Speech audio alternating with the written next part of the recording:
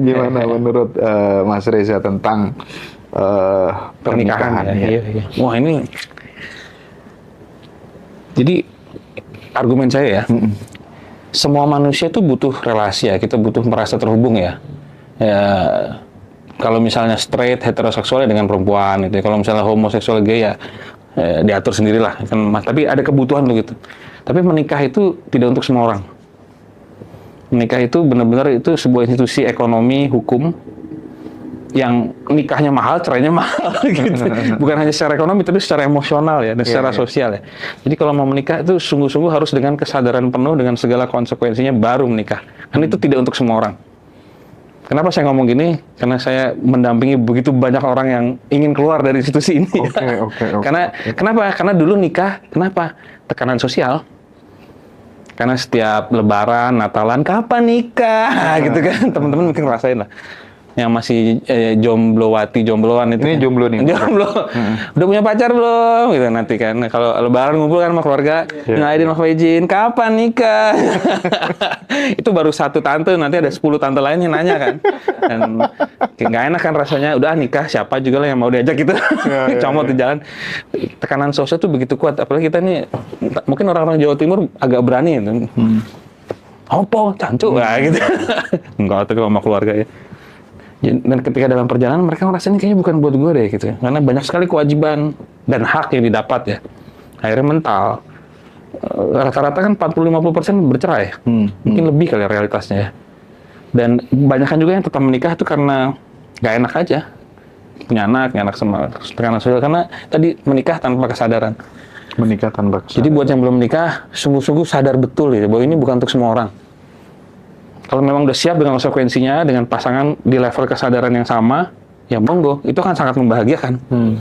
Tapi kalau karena takut diomongin pas liburan, gitu, pas hari raya gitu ya, Natalan kan juga tuh teman-teman, woi kok belum nikah gitu ya, belum punya pacar, udah punya pacar, kapan nikah? Udah nikah, kapan punya anak? Punya anaknya kok cuma satu, mau bayarin jancu gitu. Jadi tekanan sosial itu loh yang racun banget. Bagi yang jomblo-jomblo, Mas Reza, dia memiliki keinginan yang sangat kuat untuk kemudian dia bisa menikah. Menikah atau membangun relasi, itu dua hal yang berbeda. Nah, iya. Dia pengennya sih menikah karena mungkin itu bisa ngebahagiain orang tuanya. Karena orang tuanya kan sedih juga nih ngelihat anak nggak nikah-nikah gitu kan. Nah, Zen bisa kasih solusi nggak bagi para jomblowati itu? Plural tuh kayaknya jomblowans. Jomblowans. Termasuk saya juga gitu. Kebahagiaan orang lain bukan tanggung jawab kita, termasuk orang tua kita. Setiap orang bertanggung jawab atas kebahagiaannya masing-masing.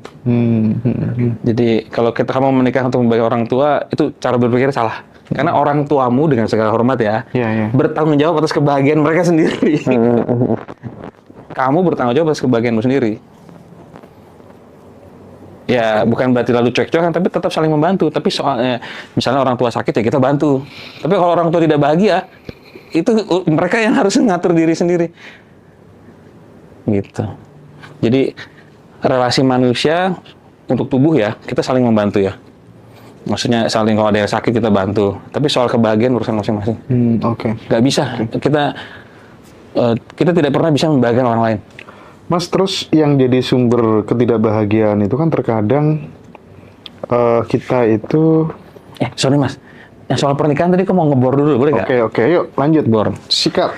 Jadi institusi pernikahan itu kalau lihat sejarahnya, itu pernikahan itu tujuan pernikahan adalah untuk bikin anak. Zaman dulu ya, 1000-2000 tahun lalu pernikahan tuh ada untuk bikin anak. Kenapa? Karena dulu orang punya sawah, anak itu jadi petani, suruh ngangon kebo, ngangon sapi. Jadi anak itu tenaga kerja. Makanya banyak anak, banyak rezeki. Artinya apa? Banyak anak, banyak yang bisa disuruh.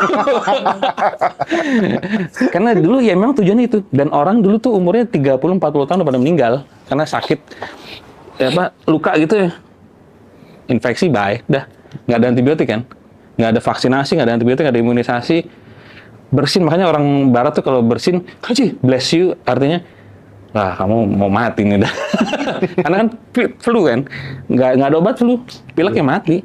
Jadi sebegitu rapuhnya, makanya nikah muda, cepat bikin anak, karena umur 30 udah pada mati pada masa itu. Jadi itu institusi pernikahan perlu di situ. Pada masa itu semua orang disuruh nikah supaya apa? Supaya beranak pinak. Karena nanti kalau mati semua kan nggak ada manusia. Dan yang ngolah sawah siapa? Nah, sekarang di abad 21 ya, tahun 2025. Kita nikah punya anak. Anak nggak bisa apa-apa, main HP semua sekarang. Jangan kan suruh ngangon kebo, suruh nyapu aja gak mau. Betul. Maksudnya mungkin ada yang mau ya, tapi sebagian besar, apalagi anak-anak teman-teman saya, saudara saya melihat anak-anak sekarang tuh sama sekali tidak berguna. Depan HP gitu. Udah hilang. Suruh sikat gigi susah, suruh ngapain tau, mungkin ada yang ngalamin gitu. Jadi konsep itu sekarang udah nggak berlaku. Tujuan menikah untuk beranak, nikah cepat. Kenapa? Karena sekarang kita udah imunisasi, ada antibiotik, umur sampai 78, 80 tahun, sampai 90 tahun malah. Apalagi yang meditator bisa sampai 100 tahun. Jadi konsep pernikahan itu bagus pada zamannya. Sekarang abad 21, dunia berubah. Orang nggak perlu punya anak sekarang. Udah 8 miliar, cuy, gila, mau nambah terus. Mahal. Makan bergizi gratis, gizinya turun terus soalnya. Yang mengkilat ininya, tempatnya semakin mengkilat. Tapi gizinya karena alokasi itu kan, APBN itu. Karena mau ngutang nggak bisa kan soalnya. Gitu. Terus itu tadi yang pernikahan ngebor. Oke. Pokoknya kita ngebor terus ya bareng Mas Reza ya. Kadang Mas, yang salah satu yang bikin kita nggak bahagia itu kan karena kita itu kadang tidak mencoba memahami peran kita hidup itu sebenarnya sebagai apa sih gitu loh. Misi jiwanya itu sebagai apa sih, sehingga terkadang ada orang seperti ini kita pengen. Latah ya. Iya kan. Tidak kayak misalnya kayak kayu kan, dia tidak iri sama batu dia tidak iri sama air nggak iri sih sama tanah, sama pohon gitu. Mesti tanya kayu itu. Perlu dikonfirmasi itu ya. Harus diverifikasi itu Mas. Kita nggak bisa berasumsi. Gimana Mas Reza gitu, solusinya gitu ketika kemudian kita nih nggak bisa dengan mudah teman-teman menemukan misi jiwanya, sehingga ketika kita ketemu, oke, aku peranku di sini gitu loh, sehingga kita nggak bakal iri, bakal gitu. Gimana tuh Mas? Nah, kalau dari pengalaman saya ya, dan apa yang saya pelajari juga, jadi semua masalah hidup manusia itu jawabannya cuma satu. Masalah kegalauan, penderitaan, kebingungan tadi, kemiskinan juga. Itu masalahnya semua itu punya satu kunci ajaib ceritanya. Kunci jawaban ajaib. Kayak zaman itu kita sekolah tuh kan kayak ada soal kunci jawaban di belakang. Ini ada kunci jawaban untuk semua masalah itu. Pahami dirimu yang sejati. Karena kalau kita sudah menempuh proses itu, kita masuk ke dalam, kita mengalami kesadaran murni tadi, sebelum pikiran, kosong, sadar, tak terbatas, sebelum pikiran tadi kita mengalami itu. Secara intuitif ya, secara alami kita akan tahu kita mau ngapain. Dan biasanya setiap orang tuh berdasarkan kecenderungannya masing-masing, dia punya satu bakat lah. Kayak saya tuh bisa nulis. Ya udah, saya nulis aja. Itu peran saya. Ada yang baca, ada yang nggak ada yang baca, ya sudah. Semoga ada. Kalau nggak ada ya udah juga, kayak aku nulis terus gitu. Nah, ini keren tuh. Dan Mas Hendra mungkin passionnya di dunia podcaster profesional itu ya, dengan ya benar nggak sih? Nggak tahu, aku juga nggak tahu. Jawaban bagus, nggak tahu. Kayak gajian agak telan ya. Karena Mas, kok saya belum gajian? Aku nggak tahu, cuy. Karena aku udah merasa pikir tidak tahu adzen gitu kan. Pin aku lupa. Saking aku nggak tahunya.